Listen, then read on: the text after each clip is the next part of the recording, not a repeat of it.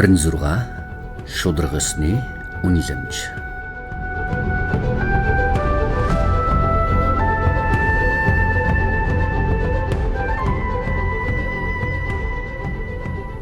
Монголд баялаг, боломж хоёр цөөнхийн гарт хэд төвлөрч, олон хэрэгний амьдралд шударга бус байдал улам гүнзгийрч, угаас байсан мэт хэвийн үзэгдэл болж сүйдэрлээ. Өндөр орлоготой болон бага орлоготой иргэдийн амьдралын ялгаа өдөр ирэх тусам тэлж, боловсрол, эрүүл мэнд, орон сууцны хүртээмж хүртэл тэгш бус болж байна.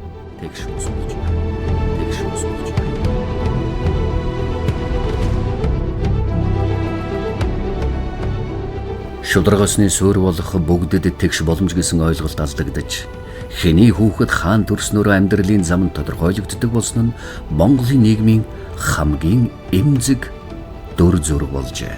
Уг нь Монголд л төрсөн бол тэгш боломжтой байх ёстой байдаг. Амьдралын чанарын энийх ялгаа баян ядуугийн хоёр туйлд хүн ам зөн бүтцэн нийгэмд гарал угсааны шударга ёсны үнэлэмжийн ялгааг бий болгож байна.